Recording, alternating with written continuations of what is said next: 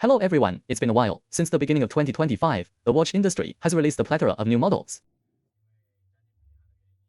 However, due to budget constraints, it hasn't been possible to acquire numerous genuine pieces for review. If there are any specific models you'd like to see, feel free to leave a comment. I'll do my best to accommodate your requests and provide the most comprehensive watch reviews. In today's video, I'm bringing you a comparison between a genuine and a replica Rolex DD40, reference 228,238 with the olive green dial. This one here is a brand new, genuine piece from an authorized dealer, dated February 2023. It's a full set, completely unworn, featuring the very popular olive green colorway.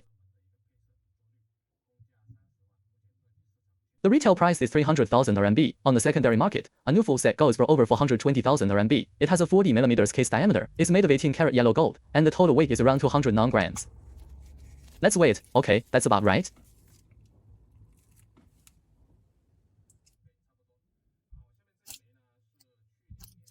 Next up is the counterweighted day-date from GM factory, released late last year. Its key feature is addressing the weight discrepancy common in previous precious metal replicas. Let's put it on the scale as well. The GM version weighs 165 grams, which is about 40 grams lighter than the genuine piece.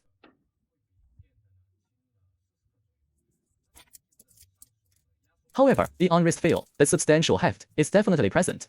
This weightiness still manages to provide a precious metal sensation. Due to the complex machining of tungsten steel and cost control by the factory, GM didn't achieve the original's 209-gram weight. They chose a compromise, increasing the weight significantly while keeping the price of this series within a reasonable range for a replica.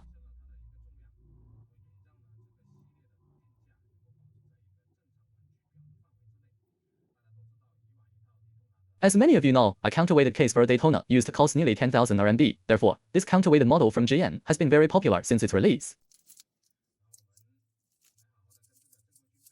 Now, let's have a proper showdown with the genuine article. On the left is the genuine piece, and on the right is the counterweighted day-date from GM. Let's start with the overall visual presentation. First, the color of the precious metal. The gold plating on the GM is a tiny bit more yellow, and its luster isn't quite as brilliant as the genuine one.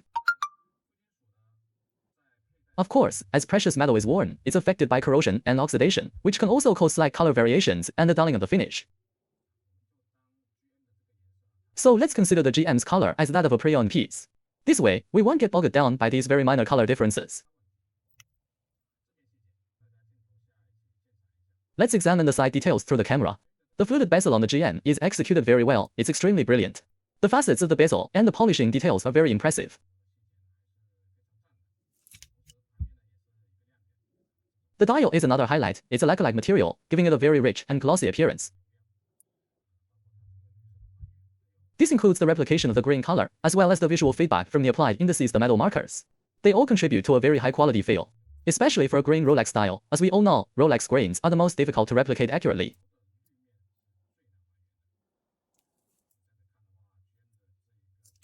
Looking at it this way, the overall accuracy of GM's olive green dial is remarkably high. As for the details, let's look at the dial.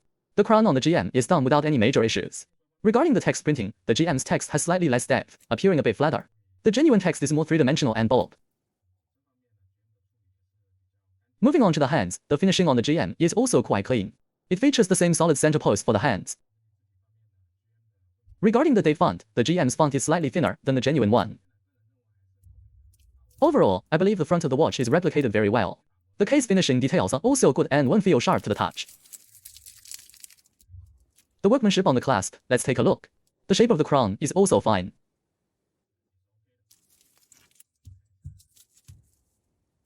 Let's look at the inner clasp. The engravings are also quite crisp and clean.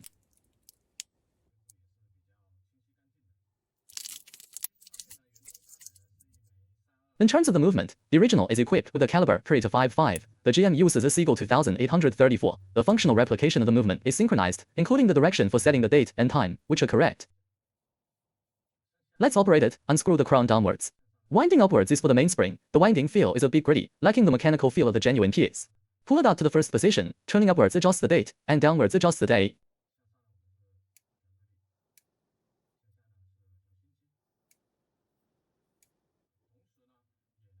Furthermore, it also achieves an instantaneous jump for the day and date over 24 hours. Let's rotate the time forward ... over 24 hours. We complete an instantaneous jump for both complications.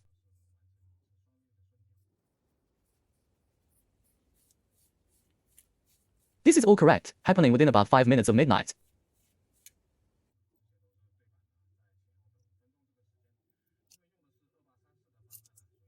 Because it uses a 2834 based movement, there are slight differences in the case dimensions.